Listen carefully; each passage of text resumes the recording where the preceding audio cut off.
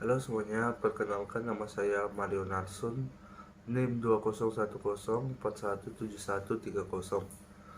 Di video kali ini saya akan membacakan ringkasan saya dari materi analisis lingkungan bisnis, materi bab 4, media berita dan isu bukan pasar.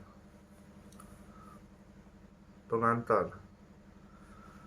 Media berarti berperan penting dalam masyarakat dengan memberikan informasi kepada publik tentang hal-hal yang mempengaruhi kehidupan masyarakat dan masyarakat tempat mereka tinggal.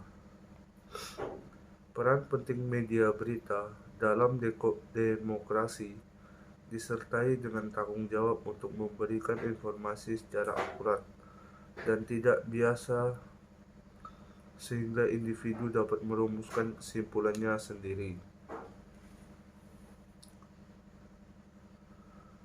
Bab ini membahas peran media berita dalam perkembangan isu non-pasar.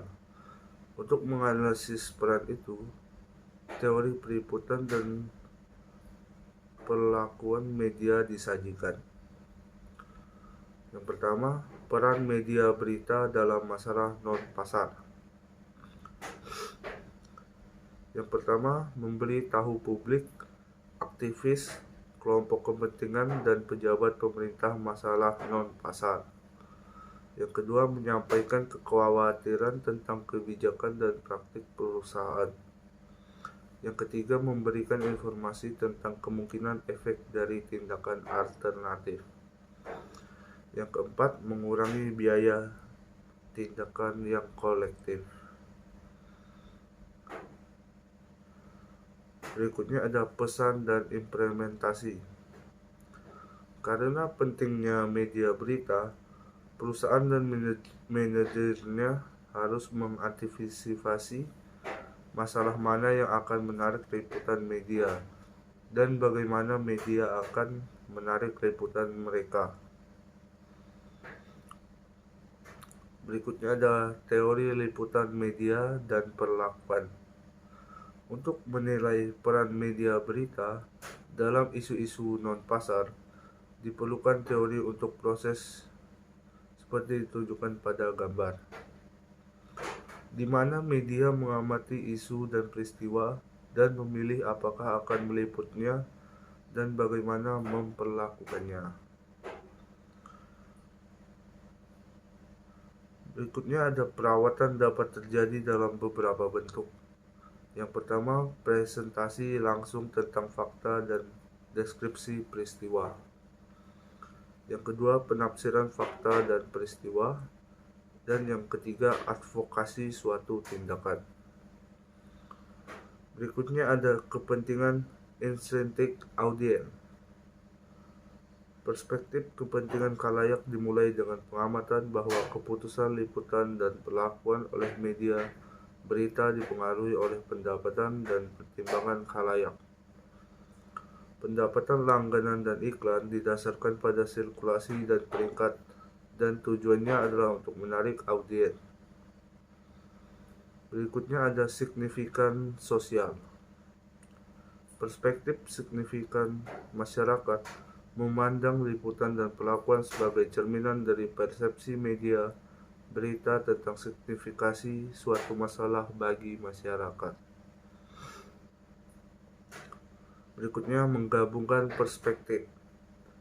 Menggabungkan dua perspektif ini memberikan teori liputan dan perlakuan berita sebagai fungsi dari minat penonton yang intrinsik dan penilaian media tentang signifikan sosial dari masalah tersebut.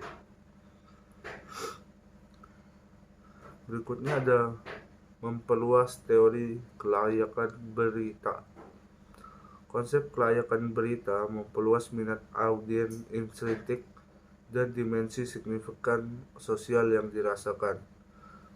Sebuah masalah lebih layak diberitakan jika memiliki tingkat kesegaran atau urgensi. Berikutnya ada biaya peliputan. Liputan berita bertanggung pada biaya untuk memperoleh informasi dan memproduksi sebuah berita. Biaya peliputan tersebut termasuk menugaskan jumlah membuat cerita dan menjaga kantor biro, membawa wawancara ke tempat berita tersebut, dan memberikan dukungan editorial dan administratif.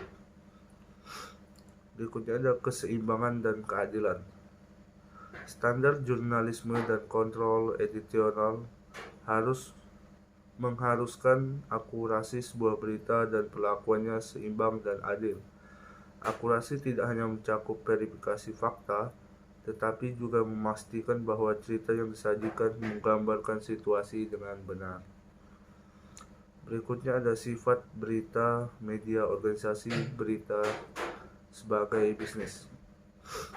Di Amerika Serikat, organisasi berita dimiliki oleh perusahaan nirlaba. Jadi laba adalah tujuan utamanya.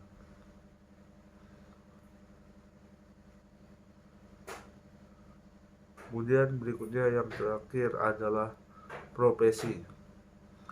Keputusan media dibuat oleh orang-orang yang memilih karir di bidang jurnalisme.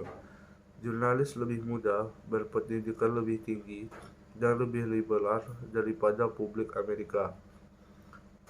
Sebuah survei American oleh ASNE menemukan di surat kabar yang lebih besar, 61% responden yang redaksi menggambarkan diri mereka sebagai Demokrat dan hanya 10% sebagai Republikan. Perspektif yang dibagikan secara luas di antara jurnalis adalah bahwa mereka melayani publik. Beberapa jurnalis bergantung dengan profesi ini setelah kemenangan Robert Woodward dan Carbeston dalam perselingkuhan Watergate. Tidak hanya jurnalis yang berhasil mengungkap aktivitas ilegal, tetapi pekerjaan mereka menyebabkan pengunduran diri dari seorang presiden Amerika Serikat. Berikutnya ada pertanyaan, apakah berita media memperlakukan isu secara selektif? Media berita mungkin tidak meliput setiap perusahaan, setiap masalah, dengan kriteria yang sama. Sebagian besar masalah ditangani di bawah kendali dan standar editorial.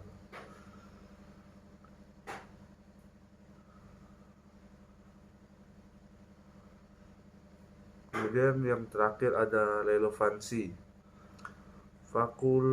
Faktualitas juga diukur dari relevansi berita. Dalam penelitian ini, kategori relevansi meliputi: 1. Informasi yang diberitakan tidak memandang dan mengandung sensasionalisme. Yang kedua, informasi yang diberikan mengandung sensasionalisme. Untuk lebih jelasnya dapat dilihat pada gambar di bawah berikut. Gambar di atas menunjukkan bahwa sebanyak 82% berita kampanye pemilu presiden 2014 yang ditampilkan oleh surat kabar harian Kompas tidak mengandung unsur sensasionalisme, dan sebanyak 17% berita kampanye yang ditampilkan mengandung unsur sensasionalisme. Berikutnya ada bias, akurasi, dan keadilan. Publik secara luas memandang media sebagai bias. Survei ASNE mengungkapkan bahwa 78% publik percaya bahwa ada bias dalam sebuah pemberitaan. Namun terdapat sedikit konsensus tentang sifat dan arah bias yang dirasakan. ASNE menulis publik tampaknya mendiagnosis akan penyebab bias media dalam dua bentuk.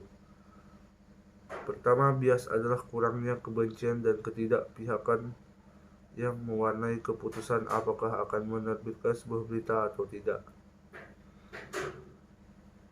Kemudian yang kedua, sebagian besar masalah non-pasar yang melibatkan bisnis yang bersifat kompleks dan kemampuan untuk menyajikan kompleksitas tersebut dan mencapai akurasi, keseimbangan, dan keadilan sangat berbeda di antara organisasi media.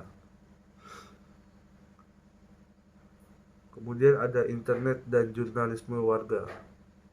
Sumber informasi tentang masalah non-pasar dan perusahaan yang terpengaruh olehnya telah meluas secara substansial dengan perluasan internet.